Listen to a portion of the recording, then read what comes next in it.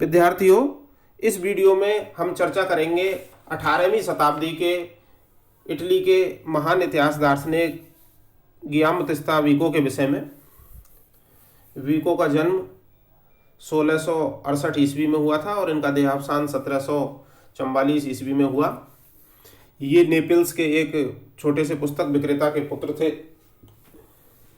और आरंभ से ही बहुत प्रतिभाशाली थे। इसी कारण से वीको ने विश्वविद्यालयी जीवन में न्याय, दर्शन, इतिहास और साहित्य का गंभीर अध्ययन किया था। वीको की जो मुख्य पहचान है वो उनका द्वारा प्रतिपादित चक्रीय सिद्धांत और व्यक्तिगत संस्कृतियों की स्वायत्तता पर जोर देना उसका प्रमुख कारण है और इसी कारण से इनको जर्मनी के महान इतिहास दार्शनिक ओसवाल्ड स्पेंगलर का अग्रगामी माना जाता है, प्रेडिसेसर। वीको इतिहास को एक ऐसी प्रक्रिया मानते हैं जो मानव द्वारा भाषा, रूढ़ि, नियम, शासन आदि के सृजन और विकास में निहित है। अतः इतिहास मानव निर्माण कला का परिणाम है, यानी मानव की निर्माण कला का परिणाम है और मस्तिष्क द्वारा पूर्णतः ज्ञेय है। इतिहास मानव की चेष्टा और चिंतन का फल है। इसका स्वरूप यानी कि इतिहास का स्वरूप समाज और संस्थाओं के निर्माण से ही उत्पन्न होता है। इस प्रकार एक ओर तो वीको ने डेकार्ट के इतिहास विषयक संशयों का निराकरण करके इतिहास की वैज्ञानिकता का प्रतिपादन किया और वहीं उसने दूसरी ओर इतिहास को सामाजिक विकास की मानव निर्मित प्रक्रिया घोषित करके इसकी मौलिक प्रवृत्तियों पर प्रकाश डाला था। वीको के दृष्टिकोण में इतिहास का संबंध अतीत से नहीं था, अपितु इसका संबंध समाज के वर्तमान संविधान से है। इसका अध्ययन करने के लिए यह प्रश्न आवश्यक नहीं है कि क्या अस्तित्व सिद्ध है। ऐसा प्रश्न निरर्थक है। अग्नि की ओर देखते हुए डेकार्ट ने प्रश्न किया था कि क्या अग्नि विषयक विचार के अतिरिक्त किसी अग्नि का भी अस्तित्व है, किंतु वीको के अनुसार इटली की भाषा के विषय में ऐसा प्रश्न नहीं किया जा सकता। यहाँ आदर्श और यथार्थ में कोई भेद नहीं है, विचार और वस्तु बिल्कुल एक हैं। वीको के अनुसार इतिहास में समानता और अक्षुण्णता की प्रवृत्ति विद्यमान होती है। समानता का आधार यह होता है कि मनुष्य स्वयं इतिहास का निर्माता है और उसकी प्रकृति में सर्वत्र मौलिक समानता मिलती है। वहीं दूसरी ओर अगर हम अन्य पक्ष की बात करें, दूसरे पक्ष की बात करें तो वह इस प्रकार से नैरेट किया जा सकता है, कहा जा सकता है कि मानव प्रकृति में आकस्मिक परिवर्तन नहीं होते, इसमें पूर्व स्थिति और स्वरूप के चिन्ह अवश्य विद्यमान रहते हैं। अतः इतिहास में भी अक्षुण्णता और क्रम बने रहते हैं। इन प्रवृत्तियों के कारण इतिहास की उन्नति अवनति की दिशाएं निश्चित सी रहती हैं। यह चक्रवत घूमता रहता है। इसकी गति के दो पक्ष हैं, कोर्सो और रिकोर्सो। यानी कि कोर्सो और रिकोर्सो का जो हिंदी समानार्थक शब्द है आवर्तनात्मकता और पुनरावर्तनात्मकता, इस तरीके से हम कह सकते हैं। कोर्सो एक तंत्रात्मक शासन पर समाप्त होता है और फिर रिकोर्सो प्रारंभ हो जाता है। रिकोर्सो का अर्थ पतन नहीं होता है बल्कि एक नूतन गति हो है। वीको के अनुसार वीको के जो अनुसार प्राचीन काल था वो कोर्सो का युग था और मध्यकाल रिकोर्सो का। कोर्सो रिकोर्सो का यह विकासवाद ईसाई धर्म के इतिहास से संबंधित है। यहाँ ये उल्लेखनीय है या ध्यान रखे जाने वाला तथ्य है। ईसाई धर्म की स्थापना के बाद यूरोप में सदा के लिए सद्धर्म स्थापित हो गया। एक न्याय परक स्थायी सभ्यता का श्री गणेश हो गया और मानवता एक नवीन संविधान अस्तित्व में आया। मानवता का बर्बर युगीन हिंसा परक राजनीति और कल्पना प्रधान विज्ञान के स्थान पर सत्य, न्याय और सौहार्द की प्रतिष्ठा हुई। तो यहां हम देखते हैं कि इब्न खल्दून के समान और उससे भी अधिक वीको है वो टॉयनबी के इतिहास दर्शन के समीप नजर आता है। वीको के विचार टॉयनबी के विचारों से इतने ज़्यादा मिलते जुलते हैं कि स्टुअर्ट ह्यूज टॉयनबी को वीको का आध्यात्मिक उत्तराधिकारी तक कह देते हैं। एक अन्य विद्वान क्रैकोर इस विषय में मत व्यक्त करते हैं कि विको कालानुक्रमिक अतिदेशीयता के उत्कृष्ट उदाहरण हैं। हम विको के इतिहास के दर्शन शास्त्र पर संक्षेप में विचार करेंगे। विको ने ऐतिहासिक गतिविधियों के चक्रीय सिद्धांत का प्रतिपादन किया एवं इसे धार्मिक प्रगति के आधार पर एक उत्तरोत्तर यानी कि चक्रीय दृष्टिकोण प्रदान किया। विको टॉयनबी के समान धार्मिक प्रगति की गतिकी की रूपरेखा को प्रस्तुत नहीं करता है। जैसा कि हम देखते हैं कि टॉयनबी का जो अध्ययन का क्षेत्र है वो परवर्ती काल में विश्वजनीन धर्म बन जाते हैं। विको ने इस प्रकार नहीं किया। विको के सिद्धांत में स्पष्टतः एक संभावना है जैसा कि स्पेंगलर के सिद्धांत में नहीं दिखती हमें, क्योंकि मैंने आपको अपनी बात शुरू करने से पहले ही कहा था कि विको अग्रगामी था अधिक मायनों में स्पेंगलर और टॉयनबी का। मानव उद्भव विज्ञान यानी कि मानव उद्भव विज्ञान चक्रवाद के बाद के कुछ उद्भवों में यह संभावना एक यथार्थता बन जाती है, जैसे कि सोरोकिन व टॉयनबी के सिद्धांतों में बनी। विको के संस्कृति चक्र में 3 अवस्थाएं हैं और वो 3 अवस्थाएं कौन कौन सी हैं? देवयुग, वीर युग और मानव युग।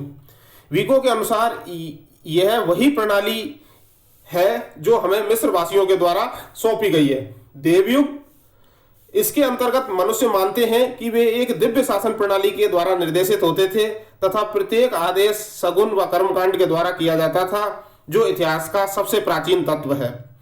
वीर युग में योद्धा कुलीन तंत्र के हाथ में प्रशासन का होना, कृषि आधारित अर्थव्यवस्था, वैयक्तिक शक्ति तथा स्वामी भक्ति के विचार पर आधारित नैतिकता, गाथा काव्य इत्यादि इस युग के प्रमुख लक्षण थे। तो यहां मैं ये स्पष्ट कर देना चाहता हूं कि इतिहास जो शब्द है वो आज आधुनिक जिस अर्थ में प्रयुक्त होता है, प्राचीन काल में वह उस अर्थ में प्रयुक्त नहीं होता था, क्योंकि जैसा हमको देखने को मिल रहा है विको के विचारों में। और तीसरा जो युग है, जो बाइफरकेट किया है, वर्गीकृत किया है विको ने, मानव युग। इस युग में सभी मनुष्य स्वयं को प्रकृतिगत रूप से समान मानते थे और इसीलिए पहले प्रसिद्ध गणतंत्रों और बाद में राजतंत्रों की स्थापना हुई, जो दोनों ही मानव सत्ता के रूप हैं। प्रथम 2 काल सृजनात्मक कल्पना के युग हैं, यानी कि देवयुग और वीर युग। वे काव्यात्मक हैं। देवयुग धर्म शासित एवं वीर युग पौराणिक होने के कारण काव्यात्मक है। मानव युग तार्किक एवं मानवतावाद का काल है। चक्रीय गति के इन 3 अवस्थाओं के अनुरूप, चक्रीय गति की जो ये 3 अवस्थाएं बताई विको ने, देवयुग, वीर युग और मानव युग, इनके अनुरूप 3 प्रकार के नैसर्गिक नियम हैं, यानी कि सिविल राज्य से यहाँ तात्पर्य हम राजनीतिक राज्य व सरकारों से लगा सकते हैं, भाषाएं और भूमिकाओं से। विको ने यह दर्शाने का प्रयास किया है कि सभी राष्ट्र एवं सभ्यताएं अपने जीवन काल के दौरान इन क्रमिक चरणों से गुजरते हैं और यही काल इसी क्रम में पुनरावृत्ति करने को प्रवृत्त होते हैं। विको कभी कभी अपने चक्र को दूसरे शब्दों में इस प्रकार से इंगित करते हैं।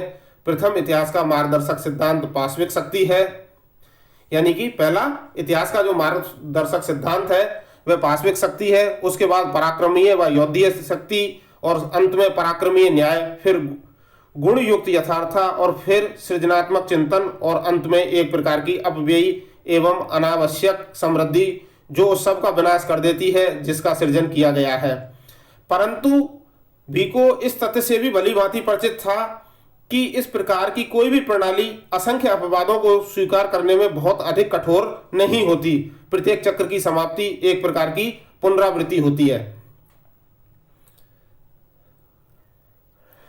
इस प्रकार की पुनरावृत्तियां भूतकाल में भी हुई थीं और भविष्य काल में भी होंगी। इसीलिए इटली के एक अन्य इतिहास दार्शनिक बेनेडिटो क्रोचे यह दलील देते हैं कि विको प्रगति के विचार से चूक गया, लेकिन विको ऐसा करने में असफल नहीं हुआ।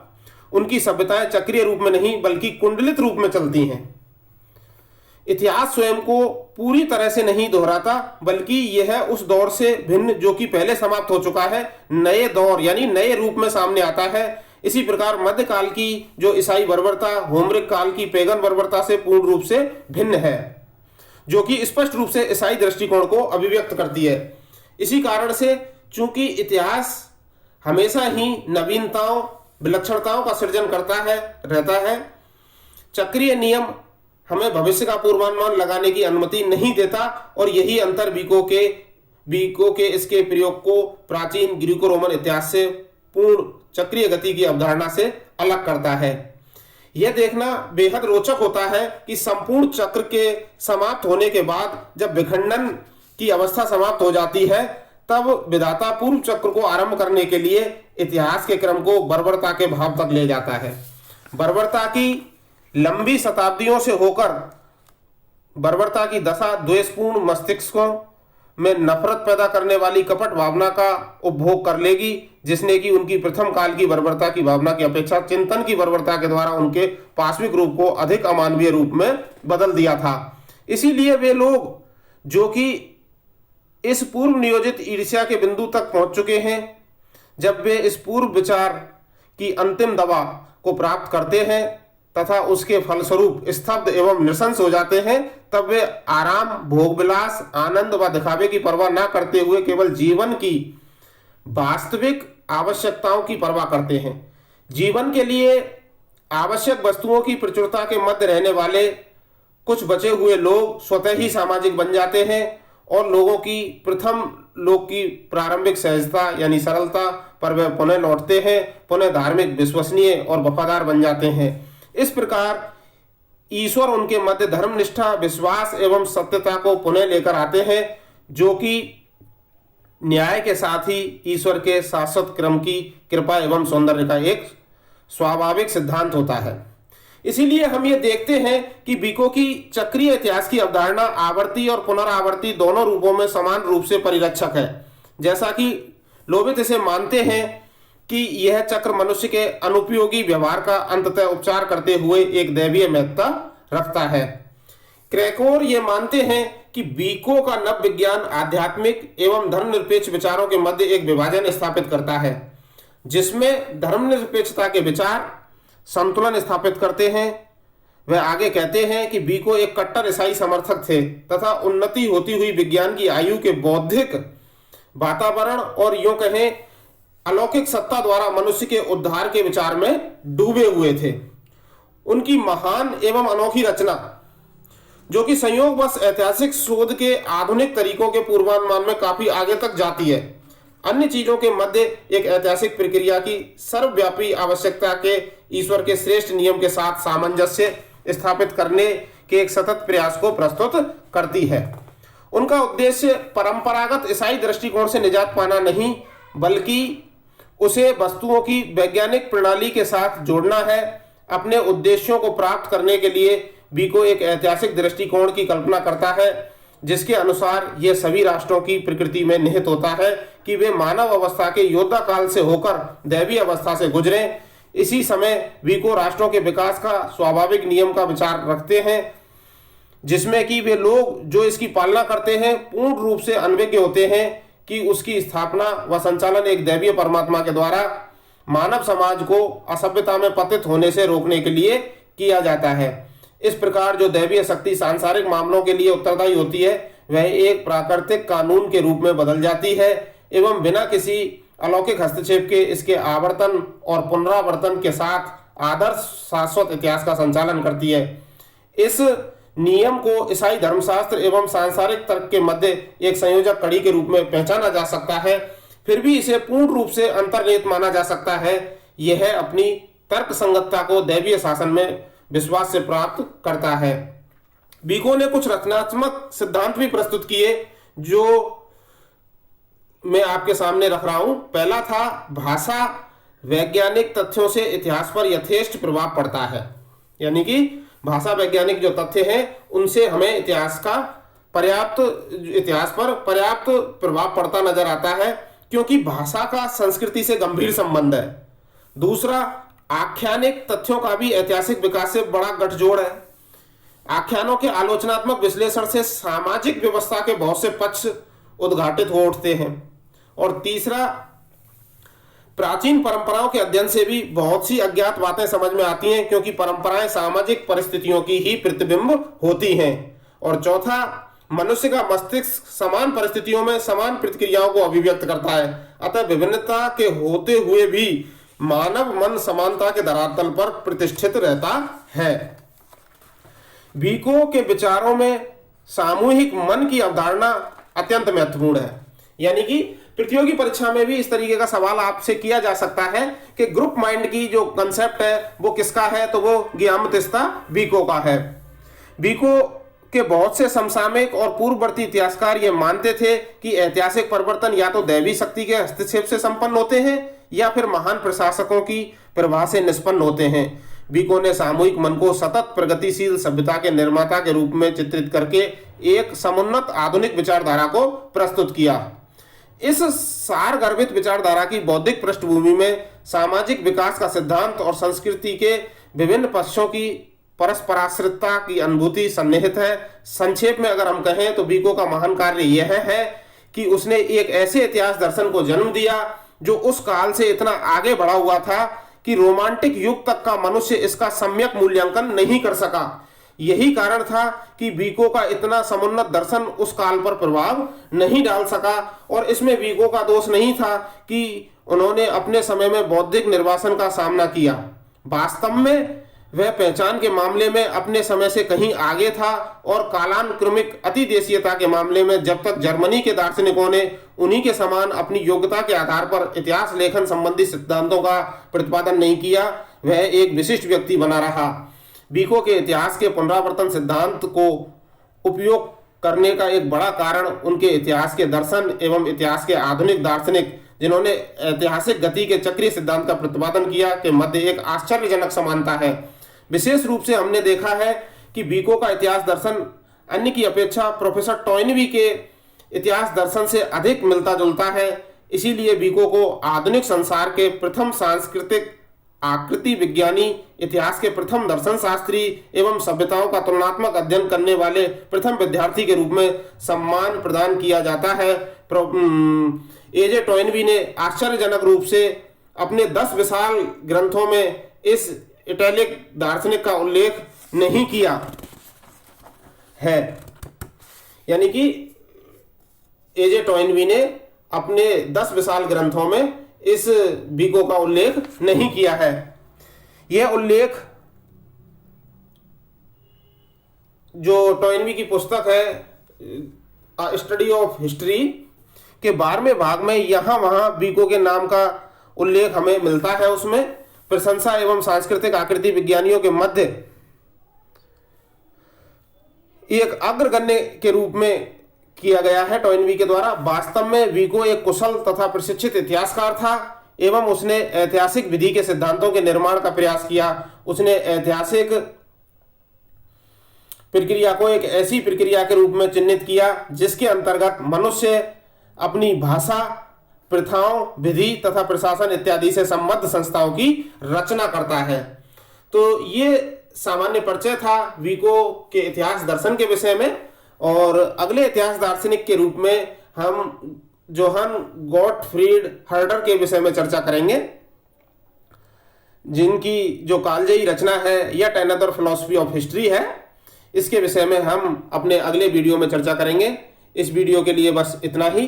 धन्यवाद।